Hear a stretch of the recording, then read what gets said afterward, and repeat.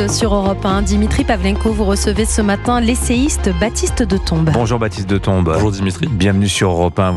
Je ne tiens pas de statistiques sur l'âge des invités, l'âge moyen des invités d'Europe 1 matin, mais enfin, c'est notable, vous avez la vingtaine et c'est très rare d'avoir à ce micro un invité si jeune. Vous publiez ces jours-ci un essai remarquable et remarqué. Il s'appelle L'homme démantelé. Comment le numérique consume nos existences. C'est paru chez Artege. Vous avez eu hier dans les honneurs, je le signale dans le Figaro, de la chronique de notre signature Europe 1, Eugénie Bastier. L'actualité, Baptiste de Tombe, vient servir le propos de votre livre puisqu'il nous parle de la place des écrans et du numérique dans nos vies, en particulier celle des plus jeunes. Tous les parents sont mal à l'aise quand on parle des écrans. On est tous, en tant que parents, un peu coupables de se dire mais qu'est-ce qu'on a mis entre les mains de nos enfants? Et Emmanuel Macron, qui n'a pas d'enfant, a eu ce réflexe, en découvrant le drame de nos gens, vouloir interdire les réseaux sociaux aux moins de 15 ans. 2 députés viennent de dire qu'ils allaient déposer une proposition de loi pour interdire la vente de smartphones aux moins de 15 ans. Alors, il n'y a pas de chance quand même pour Emmanuel Macron par rapport à nos gens, c'est que le collégien en question, qui a poignardé la surveillante, n'allait pas beaucoup dessus. Mais tant pis. Est-ce que vous êtes d'accord, malgré tout, avec le président de la République quand il dit qu'il faut interdire les réseaux sociaux aux moins de 15 ans ? La mesure, à mon sens, est plus qu'impérative. C'est une raison de santé publique, un problème ici anthropologique, psychologique aussi pour la jeunesse entière. Il faut savoir qu'il y a une concomitance entre l'explosion des troubles psychiques et anxieux chez les jeunes à l'aube des années 2010 et l'intégration en fait de la jeunesse dans le monde numérique. Cette concomitance impose une action des pouvoirs publics qui, à mon sens, ici devient impérative. Après qu'on se sert d'un drame comme celui-ci pour faire avancer ces questions-là, ça me semble plus, en revanche, effectivement, problématique. Il faut voir ce que ça dit de notre société aussi, qu'il faille un fait divers pour que ça devienne un fait de société. Tout à fait. Et qu'on décide de prendre des mesures. Mais qu'est-ce qui vous fait dire que l'usage du smartphone, les écrans, les réseaux sociaux sont un problème? Pourquoi dites-vous que l'homme est démantelé? C'est le mot que vous avez choisi pour le titre de votre ouvrage. Je vous avoue qu'il m'a un peu perturbé parce que c'est un terme de mécanique, ça, le démantèlement. Oui, tout à fait. Alors, l'homme est démantelé parce qu'il a perdu des caractéristiques un peu intrinsèques à son humanité. La profondeur du lien social disparaît. Aujourd'hui, tout est plus superficiel. La bonté, le désintéressement, la capacité à être à l'autre, à s'émerveiller aussi, l'innocence de la jeunesse sont tant de choses qui ont été enlevées à l'humanité naissante, en fait, par le numérique. Et si j'emploie le terme démantelé, c'est parce qu'aujourd'hui, il y a une fuite, à mon sens, de l'homme dans la machine pour s'oublier et oublier aussi ce qui fait son humanité, parce qu'il semble presque en fait incompatible avec cette dernière. Alors, vous avez une expression qui, je vous avoue, m'a frappé, parce que j'avais jamais vu les choses comme ça. Vous faites partie de la génération qui n'a pas connu l'avant smartphone. Enfin, ou tout juste, vous avez 24 ans. C'est cela. Voilà. Mais si on prend des jeunes de 20 ans, ils naissent, le smartphone naît en 2007, ils n'ont que 2 ans quand il apparaît sur le marché. Vous dites, on est une génération cobaye. Oui. Parce qu'on se pose la question d'interdire le smartphone, pourquoi on ne s'est pas posé la question de l'autoriser? Ça, c'est une vraie bonne question. On a mis entre les mains des enfants une technologie sur laquelle on n'avait aucun recul. Tout à fait. Le problème, c'est qu'il y a toujours un retard entre le développement technique et les capacités psychologiques et politiques d'inhiber ces conséquences négatives. Et donc aujourd'hui, on a vu se répandre sur les marchés une technologie en fait très dangereuse, parce qu'en plus le temps est passé, plus on a développé des procédés cognitifs aussi pour venir contourner en fait le système de récompense, le détourner à la faveur d'un temps d'attention qui est finalement utilisé par l'industrie pour se faire du profit sur le dos d'une jeunesse finalement qui aujourd'hui perd son temps. Parce que l'attention, c'est quoi? C'est l'attention de l'esprit vers quelque chose. Et donc l'attention, concrètement, c'est ce que l'on fait de notre vie. Donc sans attention qui est donnée à l'individu pour sa croissance, l'individu disparaît en fait. C'est ça le problème ici. Vous dites que les écrans saturent nos existences, mais alors de quoi ils nous privent? Qu'est-ce qu'on perd en fait devant son smartphone à scroller comme ça devant les réseaux sociaux pendant parfois des heures? Eh bien, en fait, on perd un temps ici pour de la construction. Le temps perdu par le smartphone, c'est un coût d'opportunité.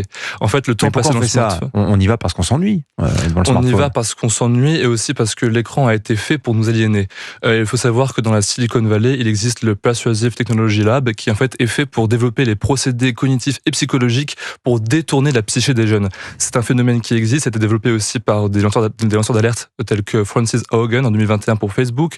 Les documents aussi internes à TikTok en 2024 ont été dévoilés très récemment et qui montrent que les entreprises sont conscientes des mesures qu'elles ont mises en œuvre pour nous détourner. Donc le fait est qu'on n'est pas libre d'employer le temps comme on le voudrait. Lorsqu'on a en poche un smartphone, le smartphone nous contrôle. Alors vous dites, et c'est un peu déprimant, qu'il n'est pas possible d'éduquer aux écrans.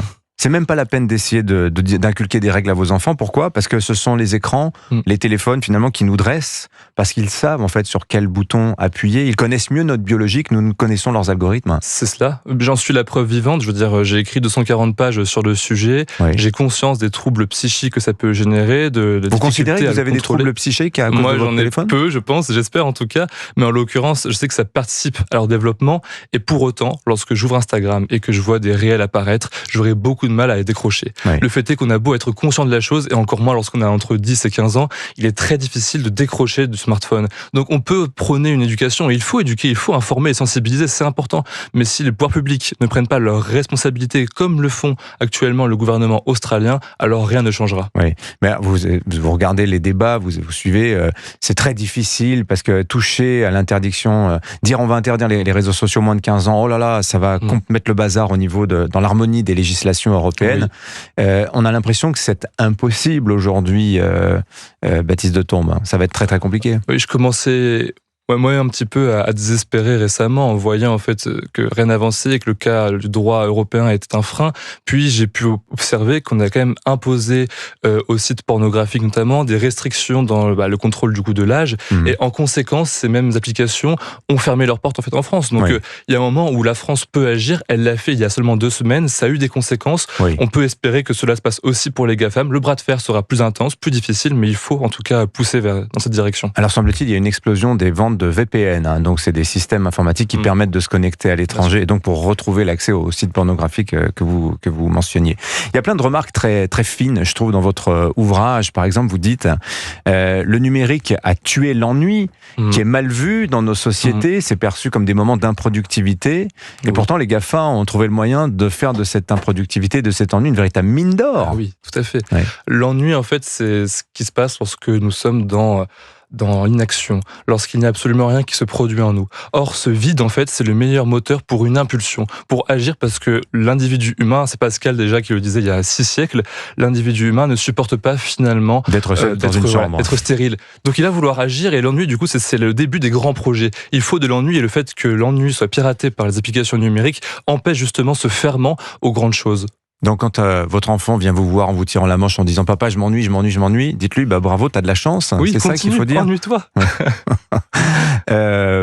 Vous dites aussi, alors ça c'est intéressant, vous écrivez des pages très, très pertinentes sur l'effet des bulles de filtre dans nos fils de réseaux sociaux respectifs, où tout le monde connaît ça.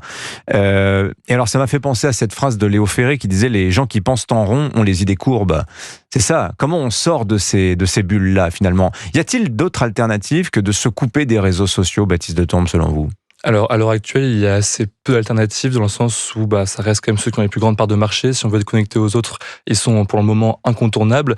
Avec des législations plus coercitives contre ces applications-là, alors ils pourraient devenir, si ce n'est sain, du moins plus équilibrés pour l'individu. C'est à espérer. Pour le moment, en tout cas, ça me semble impensable.